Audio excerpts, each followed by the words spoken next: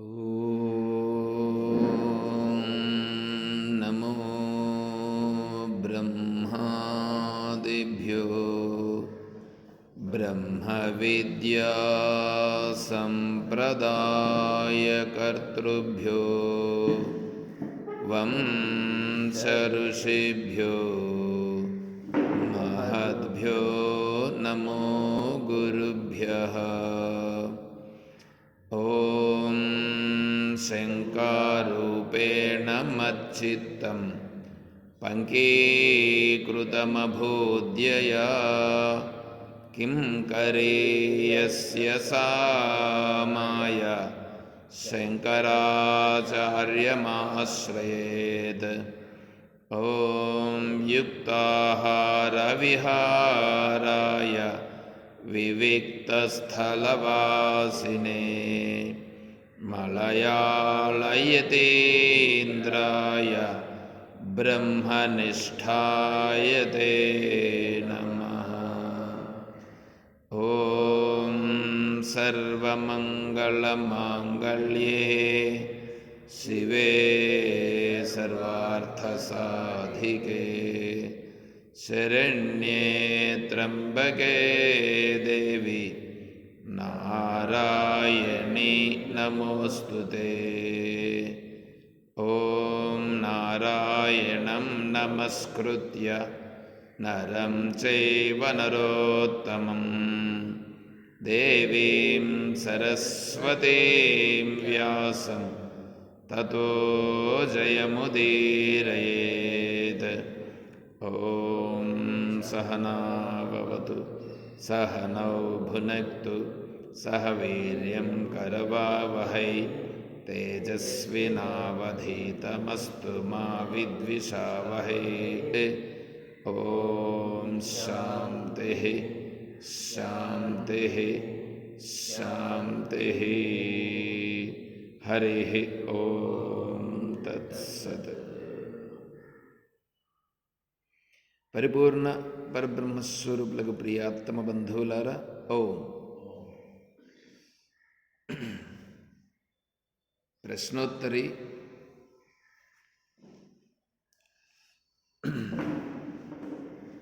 ఇందులో 7 శ్లోకాలు పూర్తయినాయి. ఇప్పుడు ఇంకా 8వ శ్లోకం.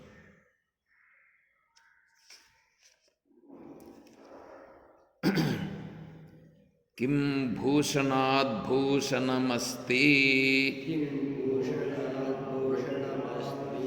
శీలం తీర్థం పరం కిం స్వమనో విశుద్ధం కిం అత్ర హేయం కనకం చ కాంతా సేవ్యం సదా కిం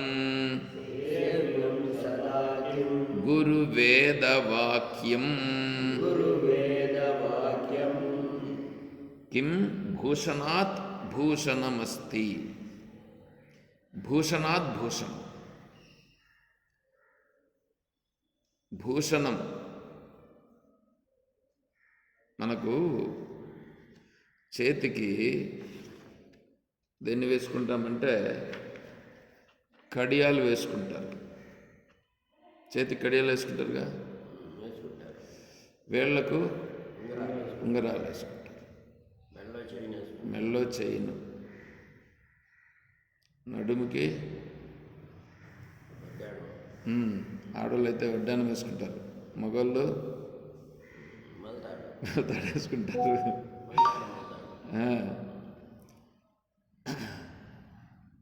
చెవులకు కమ్మలు, ముక్కుకు ముక్కర్లు, ఇవన్నీ వేసుకుంటారు కదా.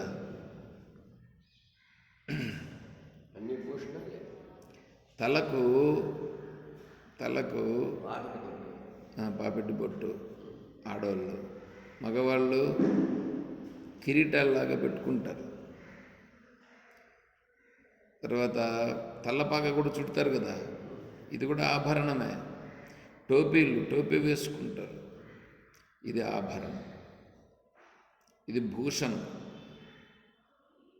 శివుడు బంగారు అయితే ఆభరణము, బంగారు కాంతి ఆభరణమే.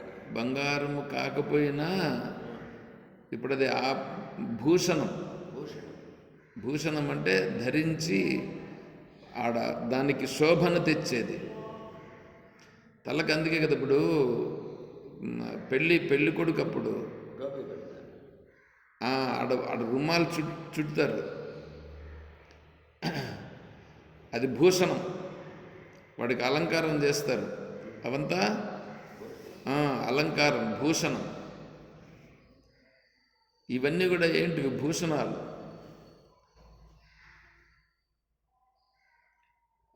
కోటు, సూటు, బూటు, కోట్లు ఇవంతా కూడా భూషణాలు. పట్టు వస్త్రాలన్నీ భూషణాలు, ఆభరణాలు, భూషణాలు ఇవంతా. అయితే ఇవన్నీ భూషణాలు కరెక్టే.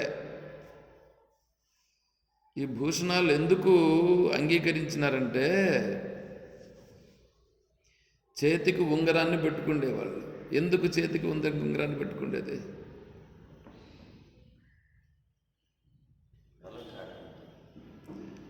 చేతికి ఉంగరాన్ని ఎందుకు పెట్టుకుంటారంటే నువ్వు ఎక్కడికైనా వెళ్ళినప్పుడు ఈ దొంగలు కొంతమంది ఉంటారు, నీ దగ్గర ఉండేటువంటి వస్తువులను, నీ దగ్గర ఉండే ధనాన్ని వాళ్ళు అపహరిస్తే ఈ చేతిలో ఉండే ఉంగరాన్ని కనిపిస్తూ ఉంటుంది కాబట్టి వాడు తొందరగా దాన్ని అపహరించలేడు. అట్లాంటప్పుడు నిన్ను రక్షించేదానికి ఈ ఉంగరం, అందుకు ఉంగరాన్ని ధరించేవాడు. తర్వాత ఆధ్యాత్మిక విషయానికి వస్తే చేతికి దర్భ, దైవ కార్యక్రమాలు చేసేటప్పుడు దర్భతో ఉంగరం చేస్తారు. నువ్వు అప్పుడు దర్భ పవిత్రం చేసుకొని దాన్ని ధరించిన తర్వాత అప్పుడు నువ్వంతా పవిత్రమైనవని. శుభకార్యాలన్నీ చేసేటప్పుడు పవిత్రం, దాని పేరే పవిత్రం. అందుకే ఉంగరం కూడా పవిత్ర ఉంగరం ధరిస్తారు. అంటే ఈ దర్భను ప్రతిరోజు కట్టుకోవడం, అప్పటికప్పుడు తయారు చేసుకొని ఆ దర్భతో పవిత్రాన్ని ధరించాలి. ప్రతిరోజు పవిత్రాన్ని ధరించడం కష్టమని బంగారంతో చేసినటువంటి పవిత్ర ఉంగరం అయితే దానికి దోషం లేదు అని పవిత్ర ఉంగరాన్ని ధరించి వీడు పవిత్రుడై వీడు దైవ కార్యక్రమాలు చేయవచ్చు అని వీళ్ళు పెట్టినారు. నిజంగా పెట్టాల్సింది, ధరించాల్సింది పవిత్రం దర్భతో. అది వీడు చేయలేక ఈ బంగారంతో చేసుకొని పవిత్రమని వీడు పవిత్ర ఉంగరం అంటారు. అదే ఆ పవిత్ర ఉంగరంతో వీడు సెటిల్ అయ్యేవాడు. కానీ ఇప్పుడు అదేమైంది, మళ్ళీ రాను వేరేవన్నీ వచ్చినాయి. ఇవన్నీ భూషణములు. ఏమంటే భూషణములు నిన్ను రక్షిస్తాయా? భూషణాలు నిన్ను రక్షిస్తాయా అని అంటే అదే ఇప్పుడు చెప్పుకున్నాం కదా, ఎక్కడన్నా దూరంగా పోయినప్పుడు నీకు నీ దగ్గర ఉండేటువంటి ధనమును ఇతరులు అపహరించినప్పుడు ఈ బంగారము రూపంగా ఉండేటువంటి ఉంగరము ఇంకేమీ లేనప్పుడు ఇది నిన్ను రక్షిస్తుంది. ఇంతవరకు రక్షిస్తుంది కొంతవరకు, అంతేగాని నీకు శాంతిని ఇవ్వగలదా? పైగా వీటి వలన నీకు హాని కూడా. మెల్లో చైన్ ఉంటే ఇప్పుడు ఏం చేస్తాడు, చైన్ బట్టి పీకుతాడు. అప్పుడు చైన్ ప్రభావం చేత మెడకు కూడా దెబ్బ తగిలే అవకాశం ఉంది. చేతిలో ఉంగరం ఉంది, దాన్ని ఇమ్మన్నాడు, రాలేదు. వెంటనే వీడేం చేశాడు, కొట్టేసి తీసుకెళ్ళిపోయాడు. అంటే ఏమవుతుంది, హాని జరుగుతున్నది. రెండేళ్ళు ఎవడో ఇద్దరు ముసలోళ్ళు ఆడవాళ్ళు ఉంటే చెవులు కమ్మలుంటే ఇద్దరిని చంపేసి అది ఎత్తుకొని పోయినారు. హాని జరిగిందిగా, అట్లా అయిపోతుంది. కాబట్టి ఇవి కొంతవరకు మంచిదే, కానీ పూర్తిగా భూషణముగా కాదు. మరేమిటి అంటే పుస్తకం హస్తభూషణం అని అన్నారు ఒక కవి. పుస్తకం హస్తభూషణం, చేతికి ఏమిటి? పుస్తకం హస్తభూషణం, భూషణం. అంటే చేతిలో పుస్తకం ఉంటే నువ్వు దాన్ని ఎప్పుడొకప్పుడు తీస్తావు, అట్లా తీసి దాన్ని చూస్తావు, దాంట్లో ఉండేది ఏదో ఒకటి విషయం నీకు అర్థమవుతుంది, నీ మనసుకు పడుతుంది, కాబట్టి నిన్ను కొద్దిగా ఉద్ధరిస్తుంది, నీకు శాంతిని కలిగిస్తుంది. ఒక ఆయన పూర్వకాలంలో ఈ ఓడలలో వ్యాపారానికి వెళ్ళేవాళ్ళు. ఈ ఓడల్లో వ్యాపారానికి వెళ్ళాడు. భార్య 2 నెలలు ఏమో గర్భవతి. 2 నెలలు కదా, ఇంకా ఎందుకులే భర్తకు చెప్పేదని ఆమె చెప్పలేదు. ఏదో ఊరికే అట్లా సూచాయిగా చెప్పింది. 2 నెలలు గర్భంలాగా అనిపిస్తూ ఉంది అని చెప్పింది. సరేలే, అది నిలిచినప్పుడు మనకు కరెక్ట్ అనేసి అనుకున్నాడు. సరే, ఇప్పుడు వ్యాపారానికి వెళ్తున్నాం కదా చెప్పి వెళ్ళిపోయాడు. మనుధర్మశాస్త్రంలో ఒక నీతి ఉంది. ఏమిటంటే, ఇప్పుడు వివాహం చేసుకునేది భర్త భార్య పోతే, అంటే భార్య లేదని అనుకోండి, అప్పుడు భర్త 2వ వివాహం చేసుకోవచ్చు, అనుమతించింది. అదేవిధంగానే భర్త లేడు, భార్య కూడా 2వ వివాహం చేసుకోవచ్చు. మనుధర్మశాస్త్రం. ఏం ఎట్లా చెప్తున్నారని అనుకోవద్దండి. ధర్మశాస్త్రంలో భార్య, ఆమెకు భర్త లేడు, అప్పుడు ఈమె 2వ వివాహం చేసుకోవచ్చు. భర్త కూడా, భార్య లేదు, 2వ వివాహం చేసుకోవచ్చు.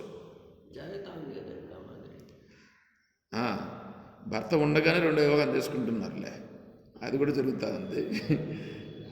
సరే, అవంతా మనకు వద్దు. అయితే ఇక్కడ విషయం ఏంటంటే, ఎందుకు చేసుకోవచ్చు అనేది మళ్ళీ దాని మీద ప్రస్తావన వస్తుంది. భర్త లేనప్పుడు భార్య 2వ వివాహం చేసుకోవచ్చు. ఎందుకు అంటే, ఆమె పోషణ భారం చూసే వాళ్ళు ఎవరు లేరు. అట్లాంటప్పుడు ఆమె ఏం చేయాలంటే 2వ వివాహం చేసుకోవచ్చు. లేదు, ఆమెకు వైరాగ్యం ఉంటే ముండనం చేసుకొని తెల్లని వస్త్రాలు ధరించి అప్పుడు ఆమె సన్యాసాశ్రమానికి దగ్గర కావచ్చు. సన్యాసాశ్రమం తీసుకునేందుకు ఇంకా యోగ్యత లేకపోతే కొంతకాలం ఇలాగే ఉండి భగవద్భావనలో ఉంటూ తర్వాత మళ్ళీ ఆమె సన్యాసం తీసుకోవచ్చు. సన్యాసం తీసుకునేంత వరకు ఈ వేషధారణలో ఉండాలని ఈమెకు నియమం. అదేవిధంగానే భర్తకు కూడా ఇవే నియమాలు వస్తాయి, పురుషునికి కూడా ఇవే నియమాలు. భర్త ఆడున్నాడు, భార్య లేనప్పుడు భర్త ఆడున్నాడు, భార్య లేనప్పుడు భర్త ఉన్నాడా? భార్య లేడు, భర్త అన్నాడు అనుకో, ఎవరికి భర్త? భర్త లేడు, భార్య లేదు. భార్య లేదు కాబట్టి భర్త లేడు, భర్త కాడు, మనిషి ఉన్నాడు, అంతే, మనిషి ఉన్నాడు. సరే, ఇప్పుడు ఈ కథలోకి రండి.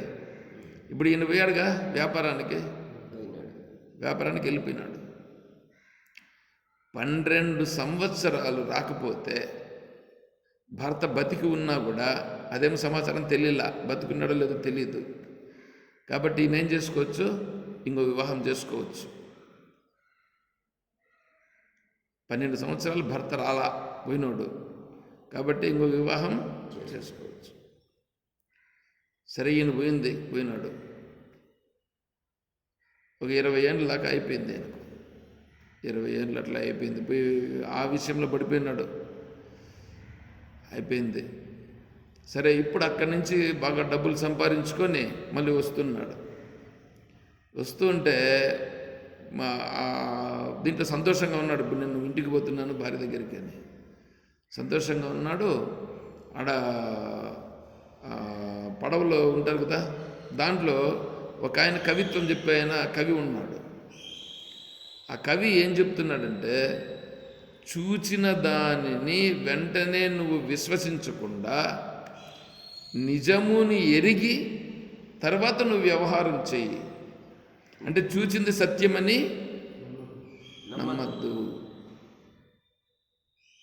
చూచింది సత్యమని నమ్మద్దు. నిజానిజములు ఎరిగి తర్వాత వ్యవహరించు, తెలుసుకుని వ్యవహారం చేయి అని ఆయన చెప్తున్నాడు, కవి చెప్తున్నాడు. సరే దాన్ని ఒక గ్రంథములాగా ఉంటే దాంట్లో ఇదొక పద్యం చెప్పాడు. సరే ఆ పుస్తకం కూడా తీసుకున్నాడు ఈయన, ఎవరు ఈ వర్తకుడు తీసుకొని దగ్గర పెట్టుకున్నాడు. దాంట్లో ఇది చెప్పిండేదాన్ని ఒక స్లిప్లో రాసుకొని జేబులో కూడా పెట్టుకున్నాడు. సరే అయ్యింది. ఒక 1 నెల రోజులు ప్రయాణం అయ్యింది. 1 నెల రోజుల తర్వాత ఇంటికి వచ్చాడు. ఇంటికి వచ్చే సమయానికి రాత్రి అయ్యింది. కథ తెలుసా? వాళ్ళకి తెలియదని మనకు కూడా తెలియదుగా. సరే అప్పుడేమైందంటే ఇంటికి వచ్చాడు. ఇంటికి వస్తే రాత్రి వచ్చి వెంటనే ఇంట్లోకి పోదాము అని అనుకొని భార్య ఏం చేస్తుందో చూద్దాం, ఆమెను నేను సర్ప్రైజ్ చేయాలని అనుకున్నాడు. ఎక్కినాడు, కిటికీలో చూసినాడు. కిటికీలో చూసినాడు. చూసినాడు. చూస్తే భార్య పడుకొని, భార్య పక్కలో ఒక పిల్లోడు ఒకడున్నాడు, పడుకో ఉన్నాడు. కొడుక ఎవరో ఒకడు పడుకో ఉన్నాడు. ఒక పురుషుడు పడుకొని ఉన్నాడు. వెంటనే ఇప్పుడు వీడికి ఏమైంది? అనుమానం వచ్చింది.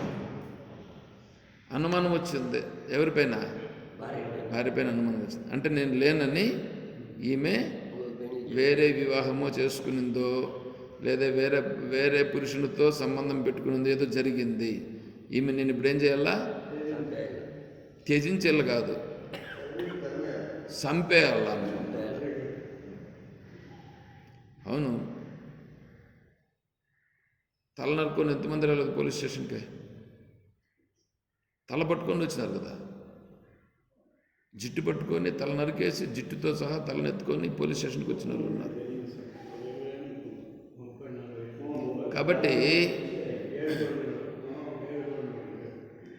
కాబట్టి ఇప్పుడు ఈమె నేను చంపేయాలి అనుకున్నాడు.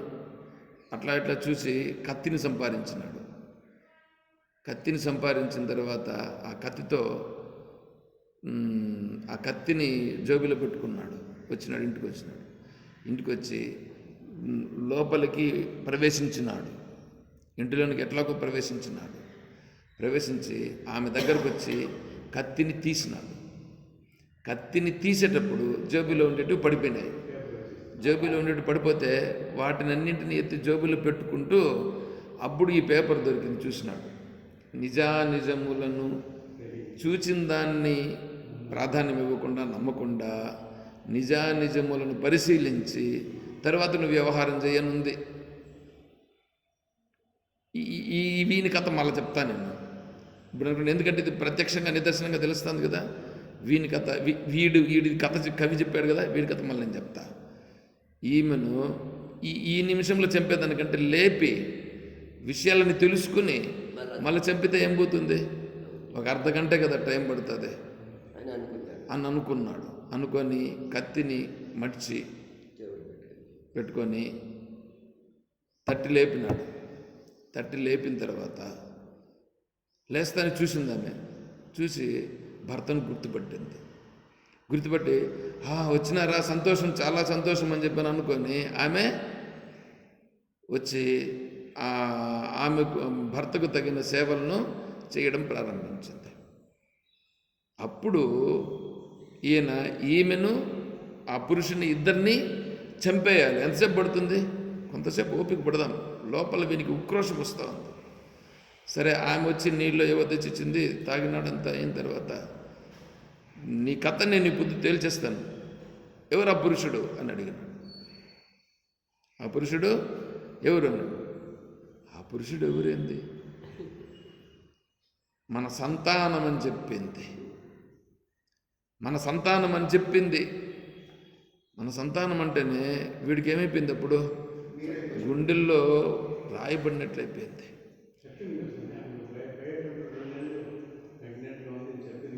అప్పుడు వీడు ఆలోచన చేశాడు. ఇప్పుడు ఆలోచన చేశాడు, మన సంతానం అంటే. అప్పుడు గుర్తొచ్చింది వాడికి, నేను పోయేటప్పుడు ఈమె గర్భవతినని చెప్పింది అని అప్పుడు ఆలోచన వచ్చింది, గుర్తొచ్చింది. అప్పుడు వెంటనే కళ్ళ నీళ్ళ పర్యంతం అయిపోయి ఏడ్చినాడు. ఏడ్చి, నేను చాలా పొరపాటు చేసేస్తా ఉంటే, నిన్ను మన కొడుకుని చంపేస్తూ ఉంటానని చెప్పి బాధపడి మనల్ని రక్షించింది. ఇప్పుడు ఈ పేపర్ రక్షించింది. ఇప్పుడు ఈ కవిని నేను సత్కరించాలి. చూడండి, 2 ప్రాణాలు నిలబెట్టడము, అంతేకాకుండా నాకు సంబంధించిన నా వంశాన్ని కూడా నిలబెట్టడం జరిగిందని చెప్పి ఆ భార్యను కొడుకుని ఇద్దరిని ఆలింగనం చేసుకొని చాలా సంతోషపడినాడు. ఇప్పుడు తన జీవితాన్ని, తనకు మనస్సుకు సంతోషాన్ని కలిగించింది ఏది? ఈ పేపర్లో ఉండేటువంటి వాక్యం ఇచ్చినటువంటిది. అది భూషణం. అందుకు పుస్తకంలో హస్తభూషణం అనేది, పుస్తకం అనేది ఏదో మంచి వాక్యాలు చెప్పేటువంటిది నీకు భూషణం అవుతుంది. చూడండి ఎట్లా ఉందో, ఒకటొకటి భూషణం ఉంది కదా ఇప్పుడు. అట్లా ఇప్పుడు ఇక్కడ ఏమంటున్నాడంటే, భూషణాత్ భూషణం, భూషణములలోకెల్లా గొప్ప భూషణమేమి. ఎందుకంటే ఈయన శిష్యుడు కదా, శిష్యుడు వీటిని ఆచరించేదానికి అడుగుతున్నాడు. నాకు అన్ని ఆభరణములలోకెల్లా, అన్ని భూషణములలోకెల్లా గొప్ప భూషణం ఏమిటి? అన్నింటికంటే గొప్ప భూషణం, ఎందుకంటే నేను దాన్ని ఆచరిస్తాను. ఇప్పుడు పరమేశ్వరుడు చేతికి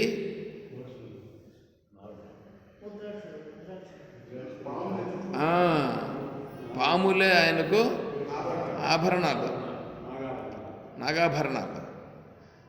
తిరుమలలో వెంకటేశ్వర స్వామికి కూడా నాగాభరణాలు ఉంటాయి. అందుకని వెంకటేశ్వర స్వామిని నువ్వు శివుడువో లేదా విష్ణువో మాకు తెలియదు గుర్తించడానికి అని అంటారు. నిజంగా అయితే ఒకప్పుడు శివుడు అని స్వామి వెంకటేశ్వరుడు వాళ్ళు ఆచార్యులు పూజ చేస్తున్నారంటే, ఆచార్యులు ఉంది అక్కడంతా. కడాకి బ్రాహ్మణులు ఏం చేసినారంటే, ఆచార్యుని తొక్కేసి ఆచార్యులంతా ప్రయోజనం లేదనేసి వెంకటేశ్వరుడిగా చేసి శివుడు కాదు వెంకటేశ్వరుడిగా చేసినారంట అని కథ.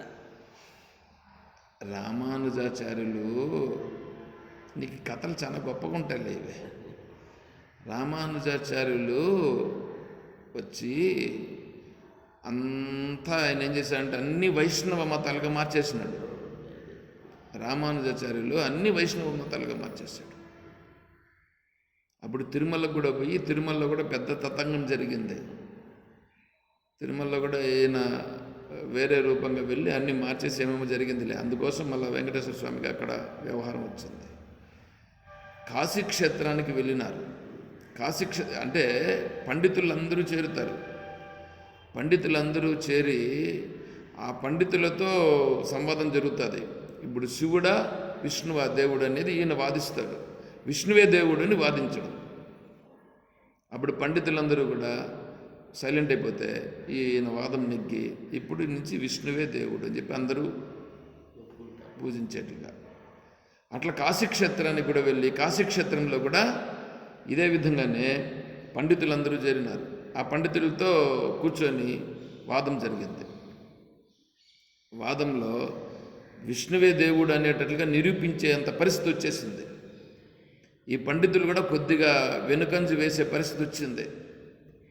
ఇంకా రేపు ఈరోజు రాత్రికి పడుకున్నారు, వాదాలన్నీ జరిగినాయి.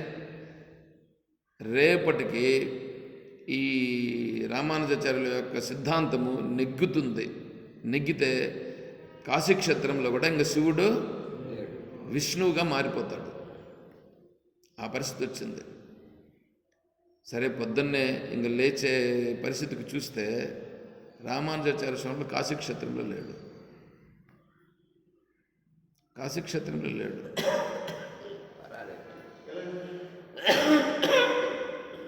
ఈ పరమేశ్వరుని యొక్క రూపంలో వచ్చి ఆయనను ఇలా పట్టి లేపి చేత్తో లేపుకొని వచ్చి వైష్ణవ దేవస్థానంలో ఎక్కడో దూరంగా ఆయన పెట్టేసినారు. అది వారికే తెలిసింది. ఎవరికి? రామానుజాచార్యులకు తెలిసింది. నన్ను అక్కడి నుంచి లేపుకొని వచ్చి ఇక్కడ పెట్టింది పరమేశ్వరుడు పెట్టినాడు అని చెప్పి బాగా గుర్తించినాడు. అందుకని కాశీక్షేత్రం జోలికి వెళ్ళలేదు ఆ తర్వాత. ఎందుకంటే కాశీక్షేత్రం పరమ పవిత్రమైనటువంటిదే. అది ఎట్లా జరిగింది? ఈ కథలన్నీ చాలా వస్తాయి. సరేలే, వీటిదంతా మనకేం కానీ. కాబట్టి పాండిత్యం అనేటువంటిది గొప్ప భూషణం. పాండిత్యం ఏమండి? పాండిత్యం గొప్ప భూషణం, కరెక్టే. ఇప్పుడు పండితుడు కదా, పండితుడు అంటే పాండిత్యం ఉంటే ఒక విషయం పైన అనర్గళంగా మాట్లాడుతున్నాడు అనుకో, వాడిని ఏం చేస్తారు? సత్కరిస్తారు, గౌరవిస్తారు, పూజిస్తారు. కీర్తి, ఎన్ని ఫోటోలు వస్తాయి, ఎన్ని పేపర్లో వస్తుంది, ఏమేమి వస్తుంది చెప్పండి. వాడి ఆడిపోయినా వాడి పేరు ప్రతిష్టలన్నీ మారుమ్రోగుతాయి. గొప్పదే కదా. శాంతి ఇస్తుందా? అది శాంతినిస్తుందా? అందుకే భూషణములలోకెల్లా భూషణమేమిటి అంటే దానికి చెప్తున్నాడు. మనకు పండితుడంటే ఎవరు అనేటువంటిది ఇప్పుడు మీకు ఒక టాస్క్ ఇచ్చిండం ఆదివారం రోజుకి. యస్య సర్వే సమారంభాః కామ సంకల్పవర్జితాః జ్ఞానాగ్నిదగ్ధ కర్మాణం తమాహుః పండితం బుధాః. అతనిని పండితుడని బుధులు చెప్తారని భగవంతుడు చెప్పాడు. ఆయన చెప్పట్లే, భగవంతుడు చెప్పట్లే. బుద్ధులు అంటే బుద్ధిమంతులు, జ్ఞానులు అంటారు. జ్ఞానులు ఎవరిని పండితుడని అంటున్నారంటే యస్య సర్వే సమారంభాః కామ సంకల్పవర్జితాః. ఒక కర్మ చేయడానికి ముందే కామ సంకల్పం వర్జితం అంటే ఈ పని చేసేటప్పుడే ఈ పని నుంచి నాకు ఫలానాది జరుగుతుంది, దాని నుంచి నాకు ఫలానా లభిస్తుందనే భావన లేదు. పని మాత్రం చేసేదానికి సిద్ధమన్నాడు, కానీ పని పైన నుంచి వచ్చేటువంటి ఫలితం పైన ఆ భావనే లేదు, ఆ భావనే లేదు.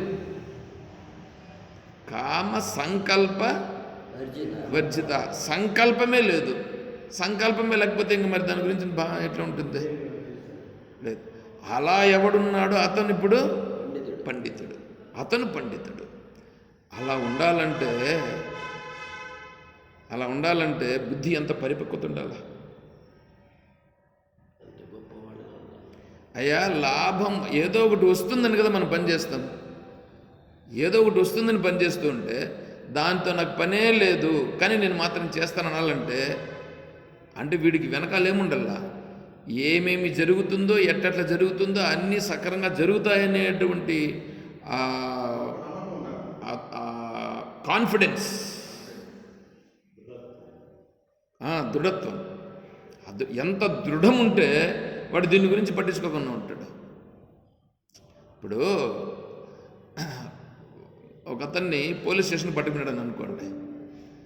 పోలీసుని పట్టకపోతే పడకపో, నాకేం పర్లేదు, తీసుకుపోదా అన్నారు. ఇంతకుముందు కూడా చెప్పాను అనుకుంటా, ఋషికేశ్ నుంచి ఒక స్వామీజీ వచ్చారు. అది విశ్వ హిందూ పరిషత్ తరఫున ఏదో జరుగుతూ ఉంటే దాంట్లో వెళ్ళారు స్వామి.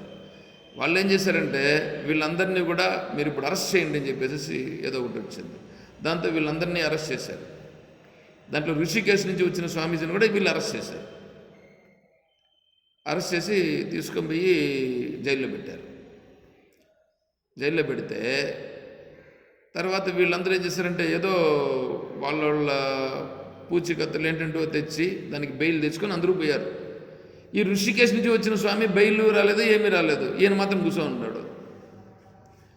వీళ్ళు ఏం చేయాలి ఇప్పుడు పోలీసు వాళ్ళు? ఆయన దగ్గరికి వచ్చి, స్వామి అందరూ బెయిల్ మీద వెళ్ళిపోయినారు, మీరు ఒకరే ఉన్నారని అంటే, అయ్యా నేను ఇటుకి రావాలని నేను అనుకోలేదు, ఇటుకి తెచ్చింది ఎవరు? మీరు తెచ్చినారు, మీరు తెచ్చి కూర్చొని పెట్టినారు, నేను కూర్చున్నాను, నేను ఇక్కడ ఉన్నాను, నాకేం అభ్యంతరం లేదు. ఎందుకంటే ఈ ప్రదేశం వేరే కాదు, ఆడిపోతే వేరే ప్రదేశం ఏమి లేదు, ఈడ ఈశ్వరుడే, ఆడ ఉండేది ఈశ్వరుడే, నాకే మీరు తెచ్చారు కూర్చొని పెట్టారు, నాకేం అభ్యంతరం లేదు అందను. సరే ఇప్పుడు స్వామికి ఏం చేయాలని చెప్పేసి స్వామికి టిఫిన్ ఏదో తీసుకొచ్చారు. నేను టిఫిన్ చేయాలంటే ముందు గంగానది పక్కలో ఉంది, నేను గంగానదిలో స్నానం చేయకుండా నేను టిఫిన్ చేయను అన్నాడు. సరే అని వీళ్ళు సెక్యూరిటీ ఇచ్చి స్వామీజీని తీసుకెళ్లారు. గంగానదిలో స్నానం చేసేందుకు ఉండి అక్కడ ఆయన ఏదో చేసుకుంటే కార్యక్రమాలు చేసుకుంటారు, మళ్ళీ తీసుకొని వచ్చారు, పోలీస్ స్టేషన్లో కూర్చొని పెట్టారు. ఎందుకంటే రిజిస్టర్ అయింది కదా, రిజిస్టర్ అయింది కాబట్టి సరే ఆయన సెక్యూరిటీగా తీసుకుని వచ్చారు. తర్వాత మళ్ళీ టిఫిన్ ఏదో ఇచ్చారు, తిన్నారు. స్వామి మీరు దయచేసి ఎవరికన్నా చెప్పి మీరు పూచిక ఇచ్చి తీసుకుపోండి, మీరు బెయిల్ ఇస్తాం మేము. నాకు అవసరం లేదు, నాకు అవసరం లేదు. ఎందుకంటే నేను ఇక్కడున్నా ఒకటే, అక్కడున్నా ఒకటే, నాకేం అభ్యంతరం లేదు. అంతా ఈశ్వరుడే, ఈశ్వర భావం లేకుండా నాకేం అక్కర్లేదు. ఈశ్వర భావన అంతా ఈశ్వరుడే నన్ను చూస్తాడు. ఇప్పుడు అట్లా తిరిగి ఏమొచ్చింది ఇప్పుడు పోలీసులకి? వాళ్ళకి తలకాయ నొప్పి వచ్చింది. ఏందిరా ఈ స్వామిని పట్టుకున్నామే, మనం ఎందుకు పట్టుకున్నాము? సరే స్వామి మీరే పూచికత్తుగా ఒక లెటర్ రాసేయండి చాలు, మిమ్మల్ని బెయిల్ పైన మేము పంపించేస్తామండి. నాకెందుకండి, నేను ఎందుకు రాసి ఇవ్వాలండి, నాకేం అవసరం లేదన్నారు.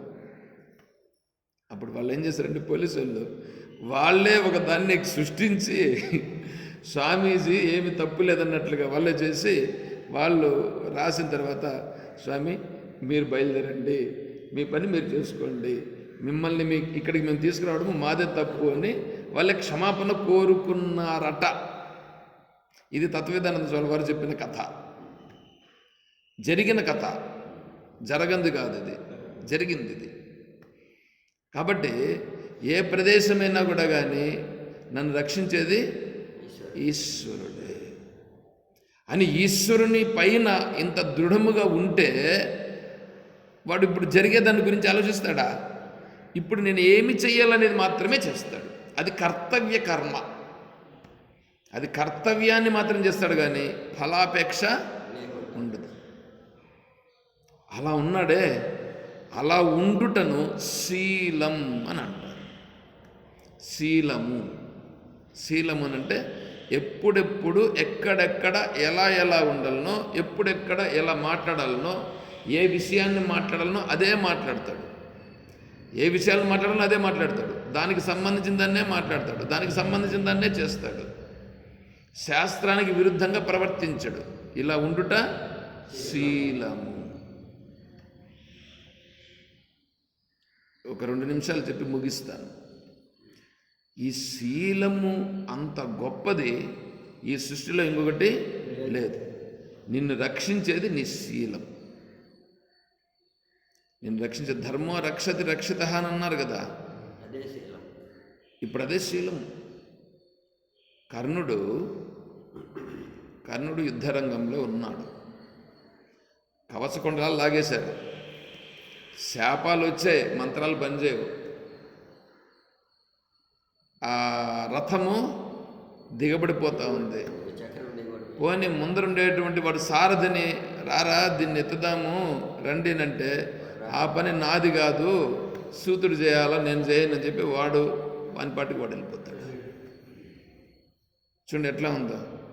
ఇప్పుడు నిరాయుధుడైపోయినాడు, ఏమీ చేయలేకనే ఉన్నాడు. అన్ని పోనీ నిలబడి యుద్ధం చేద్దామనంటే బుద్ధిలోకి ఆ మంత్రాలు రావట్లేదు. చూడండి ఎట్లా ఉందండి. ఇప్పుడు ఇన్ని అయిపోయినాయి. ఇప్పుడు శ్రీకృష్ణ పరమాత్మ ప్రయోగించు ఈయన పైన అన్నాడు. ప్రయోగిస్తే ఎన్ని బాణాలు ప్రయోగించినా ఆయన చావట్లా. ఎవరు? కర్ణుడు చావట్లేదు. ఏందిరా ఇది అని చూశాడు. ఏమంటే ఆయన చేసినటువంటి అశీలం ముందే ఆయనకు సత్ప్రవర్తన శీలం, ఆయన చేసినటువంటి దాన ధర్మాలు, ఆయన ఆడిన మాట పైన నిలబడ్డం, మనస్సులో ఏదనుకుంటాడో నోటితో అదే చెప్తాడు, నోటితో అనుకున్నది మనసులో చెప్పిందే చేస్తాడు. ఇది శీలం కిందికి వస్తుంది. ఈ శీలము ఆయన చుట్టూ ఉండి రక్షిస్తూ ఉందట ఆయన్ని. ఎవరిని? కర్ణుణ్ణి.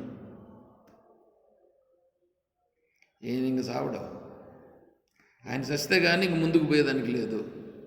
అప్పుడు కృష్ణ పరమాత్మ ఒక బ్రాహ్మణ వేషంలో వచ్చి, అప్పుడు ఆయన ఆ సమయంలో భిక్ష అడుగుతాడు. ఈ సమయంలో అప్పుడు ఆయన చూసి, ఈ టైంలో నన్ను ఏందప్ప నువ్వు అడిగేది, నేను ఏమి ఇవ్వగలనంటే నీ దగ్గర ఉండేటువంటిది ఇస్తే నాకు చాలంటాడు. నా దగ్గర ఇప్పుడే ముందు అంతా నిరాయుధున్నైనానంటే నీ దగ్గర ఉండేటువంటిది చాలా గొప్పది ఉంది, అది ఇవ్వు అని అంటాడు. ఏమేనంటే నాకు శీలం ఇవ్వు, ఆ శీలంతో నేను నీ పుణ్యం యొక్క ప్రభావం నాకు వస్తుంది, దాంతో నా యొక్క వ్యవహారాలను నేను చేసుకుంటాను అంటాడు. సరే అది ఇస్తున్నానని చెప్పి దారపోస్తాడు. దారపోస్తే తనలో నుండి ఒక్కొక్కటే పోతూ ఉందన్నమాట. తనలో నుంచి ఐశ్వర్యం పోతుంది, శక్తి సామర్థ్యాలు పోతాయి, కీర్తి పోతుంది, గౌరవం పోతుంది, మర్యాద పోతుంది. ఇవన్నీ ఒకటొకటి అన్నీ పోతూ ఉంటే చూస్తాడు. ఎవరు మీరు? ఏమిటంటే చెప్తాది, నువ్వు శీలమును దానం చేసినావు, శీలం ఎక్కడుంటే అక్కడే మాకంతా స్థానం ఉంది, శీలం లేని స్థానంలో మేమంతా ఉండమని చెప్పి అన్నీ వెళ్ళిపోతున్నామంట. ఇవన్నీ వెళ్ళిపోయిన తర్వాత ఇప్పుడు ప్రయోగించు అని అంటాడు. అప్పుడు అర్జునుడు బాణం ప్రయోగిస్తే కర్ణుడు అప్పుడు విగత జీవుడు అవుతాడు. చూసారా? కాబట్టి మనల్ని రక్షించేది ఏమిటి? మన శీలం. అందుకే ఆచార్యులు వారు ఏమంటున్నారంటే భూషణాద్ భూషణం, అన్ని భూషణములలోకెల్లా భూషణమైనటువంటిది శీలం, సత్ప్రవర్తన. అది ఎవరికి ఉంటే అది నిన్ను రక్షిస్తుంది, అది మనకు ఉండాలి అని ఇక్కడ మనకు చెప్తున్నారు.